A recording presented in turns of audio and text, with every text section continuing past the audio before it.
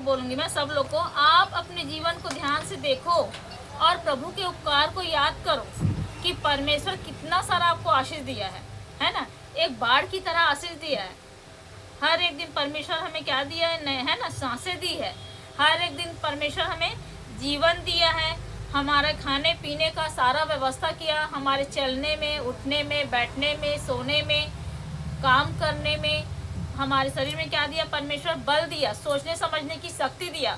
बहुत से लोग ऐसे हैं जो सच्चाई को नहीं जानते और सोचने समझने की भी क्या नहीं है, समझ नहीं है, बुद्धि भी नहीं है। कई लोग से कैसे बात करना है, कैसे उठना है, कैसे व्यवहार करना है, बहुत से लोग नहीं जानते। क्यों नहीं जानते हैं? क्योंकि उन लोग को दूसरे से कोई मतलब नहीं, केवल उसे अपने आप से मतलब है। लेकिन हमारा परमेश्वर जो है क्या सिखाता है हमें? अपने आप के लिए नहीं, परमेश्वर दूसरों के लिए मदद करना, सहायता करना सिखाता है। परमेश्वर जो गिरे हुए हैं उसे उठाना, प्यासे को पानी पिलाना, ऐसा हमारा प्रभु है जो हमें सिखाता है।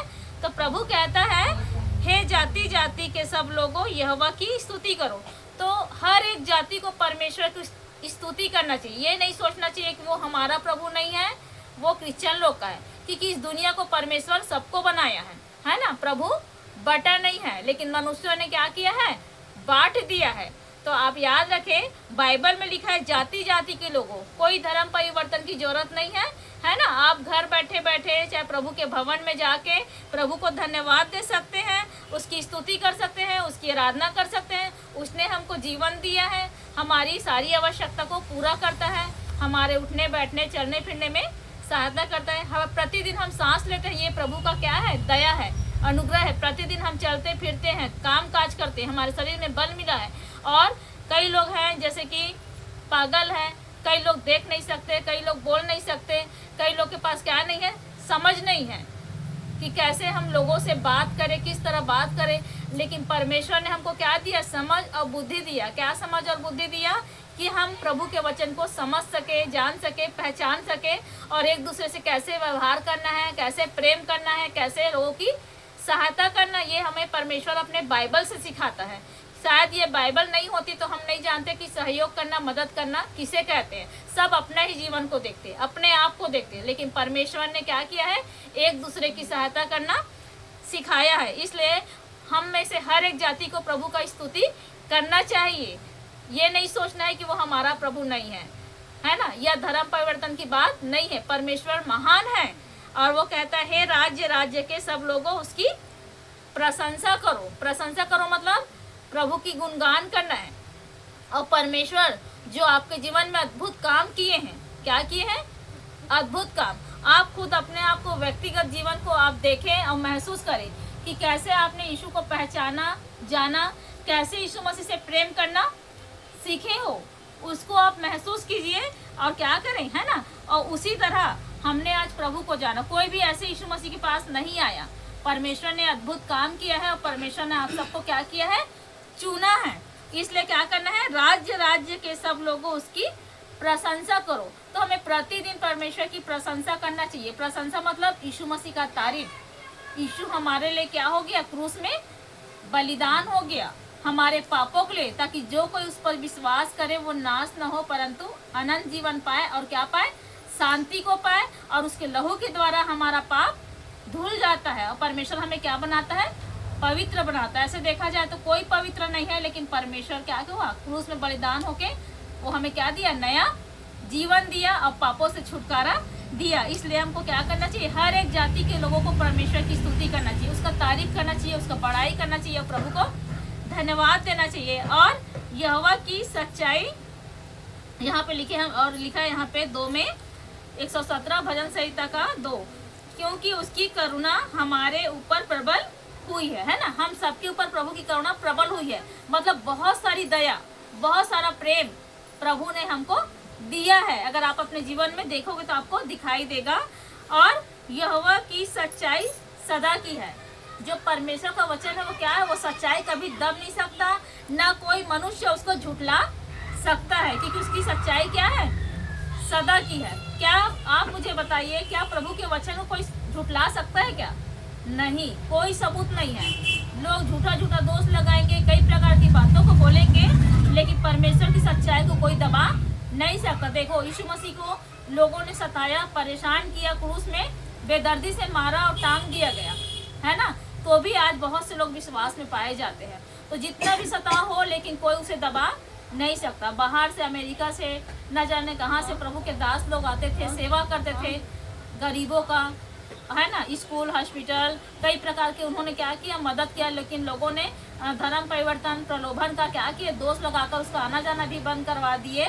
लेकिन फिर भी परमेश्वर का काम रुका नहीं है। तो कुछ भी हो जाए, जो सच्चाई उसे कोई दबा नहीं सकता। क्योंकि हो सकता है हम मनुष्य का सच्चाई दब जाए, लेकिन प्रभु यीशु मसीह का सच्चाई कोई दबा नहीं सकता। क्योंकि परमेश्वर महान है और प्रभु क्या है, सर्वशक्तिमान है।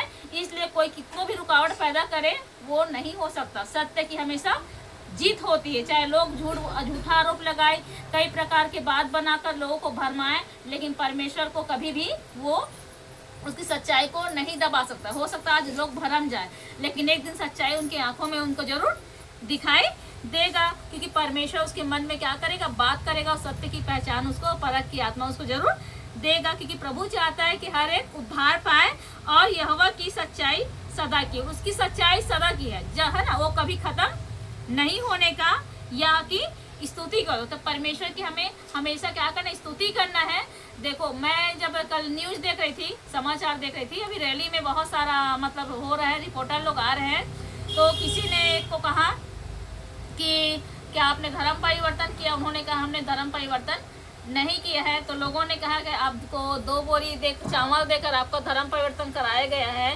तो उन्होंने कहा कि 2 बोरी से क्या होगा, वो तो चावल आज है कल खत्म हो जाएगा, ये झूठा आरोप है। तो रिपोर्टर ने भी कहा कि हाँ, सरकार तो हर धर्म के लोगों को क्या करता है, चावल बांटता है, तो 2 बोरी देने में क्या है, ऐसे करके। तो पैसा देने से कोई धर्म परिवर्तन नहीं होता है, ऐसे उन्होंने सामने बताया गया। फिर उसे कहा अगर आपको राशन पानी या दाल चावल देना बंद कर दे तो आप कैसे करोगे। तो उन्होंने कहा कोई बात नहीं, हम मसीह के लिए क्या है, मरने के लिए भी तैयार हैं। तो उन्होंने कहा ऐसा क्या बात है जो आप मसीह के लिए मरने के लिए तैयार है। तो परमेश्वर के प्रेम को उन्होंने क्या किया है, देखा है, इसीलिए क्या बोले, हम मसीह यीशु के लिए मरने के लिए भी तैयार है। जैसे वचन में लिखा है, भजन संहिता 116 का 15 में, यहोवा के भक्तों की मृत्यु, यहोवा के भक्तों की मृत्यु उसकी दृष्टि में अनमोल है। परमेश्वर की दृष्टि में क्या है, अनमोल है। यदि कोई सता रहा है और प्रभु के लोगों को अगर मार दे रहे जान सहित, तो प्रभु की दृष्टि में और हम सब के लिए भी क्या है, वो अनमोल है। हम जानते हैं कि लोग तो चोरी करते हुए, हत्या करते हुए क्या होते हैं, मर्डर हो जाता है, लोग मार देते हैं। लेकिन हम कोई पाप करके हमारी मृत्यु नहीं हो रही है, लेकिन हम भलाई का काम कर रहे हैं। और ऐसे समय में अगर लोग मार दिया जा रहा है तो हम प्रभु के लिए क्या हो जा रहे हैं, कुर्बान हो जा रहे हैं। और यहोवा की दृष्टि में क्या है, अपने भक्तों की मृत्यु अनमोल है। क्योंकि अगर हमारे साथ ऐसा होता है तो इस मृत्यु के द्वारा बहुत सारे लोग क्या पाते हैं, बंधन से छुटकारा पाते हैं और सच्चाई प्रकट होती है। जिस तरह यीशु मसीह कुर्बान हुआ और आज आप और मैं क्या पाए, उद्धार पाए हैं, है ना। आप और हम सब लोग क्या पाए हैं, उद्धार को पाए हैं। वैसे ही हमारा विश्वास होना चाहिए। वचन में लिखा है प्राण देने तक विश्वास योग्य रहा, है ना। तो प्राण देने तक हमें विश्वास योग्य रहना, क्योंकि हम सब जितने लोग मसीह को पहचानते हैं, जानते हैं, हमको मालूम है कि हम कोई गलत काम नहीं कर रहे हैं, ना किसी को भरमा रहे हैं, ना किसी को जबरदस्ती यीशु मसीह को मानने के लिए कर रहे हैं। लेकिन वचन कहता है जाति जाति के लोगों, राज्य राज्य के लोगों, प्रभु की स्तुति करो, है ना। तो हम मनुष्य कौन है जो कि हम न्याय करें और सिखाए कौन सा धर्म क्या है, किसको मानना चाहिए, नहीं मानना चाहिए। हमारा व्यक्तिगत जीवन है और जिसे परमेश्वर चुना है उसे कोई रोक नहीं सकता। इसलिए आप लोग किसी के बोलने से मत आओ। परमेश्वर सच्चा है और झूठा नहीं है। यदि आप किसी को अगर किसी बात को लेकर शक है तो आप जरूर क्या करें, बाइबल पढ़ें, ध्यान से पढ़ें और मनन करें। परमेश्वर कोई धर्म परिवर्तन नहीं कराता, लेकिन परमेश्वर उन्हें क्या देता है, शांति देता है। बहुत से लोगों को जीने की इच्छा नहीं होती है, बहुत से लोगों को आत्महत्या करने का मन करता है, लेकिन प्रभु का वचन क्या करता है, उसे जीवन दान देता है और आत्महत्या करने की आत्मा उसके जीवन से दूर हो जाता है। और जो परेशान रहते हैं उस परेशानी को प्रभु दूर करता है और उसे क्या देता है, शांति देता है। इसलिए आप जरूर बाइबल पढ़े, बिना बाइबल पढ़े कुछ भी न्याय न करें और दूसरों के बातों में ना आए। परमेश्वर आप सबको आशीष दे। आज का वचन यही था। हर एक जाति के लोग, हर एक राज्य के लोग प्रभु यीशु मसीह को धन्यवाद दें और कभी भी किसी की बातों में ना आए, है ना। क्योंकि मनुष्य क्या है, झूठ भी बोलते हैं, तरह तरह के अपमान करते हैं, कई प्रकार की बातों को बोलते हैं। तो उसकी बातों को आप परखो, जानो और समझो, फिर बाइबल पढ़ो या उस विश्वासी की बातों को ध्यान से सुनो और समझो, क्योंकि हर एक विश्वासी सही तरीके से नहीं बता सकते, क्योंकि किसी को क्या है, परमेश्वर किसी को बहुत अच्छी रीति से बोलना आता है, किसी को नहीं आ पाता, वो बोलना तो चाहते हैं लेकिन वो नहीं बोल पाते हैं। इसलिए आप एक विश्वासी से या बाइबल को अच्छे से जाने और समझे, तब न्याय करें, यूं ही कुछ भी ना बोले और प्रभु को नीचे गिराने का कोशिश ना करें, क्योंकि वो सर्वशक्तिमान प्रभु है, क्योंकि वो सब कुछ देख रहा है। इसलिए आप क्या करें, हर एक प्रभु को धन्यवाद दें, उस पर विश्वास करें, और परमेश्वर क्या है, उसकी सच्चाई सदा की है, वो कभी दब नहीं सकता कोई कितनों भी विरोध करे। तो क्या करना है, हमें हर एक जाति के लोगों को और हर एक राज्य के लोगों को क्या करना है, प्रभु की करुणा को याद करना है कि उसकी करुणा हमारे ऊपर कितना प्रबल हुआ है। प्रभु इस वचन के द्वारा आप सबको आशीष दे। सबको जय मसीह।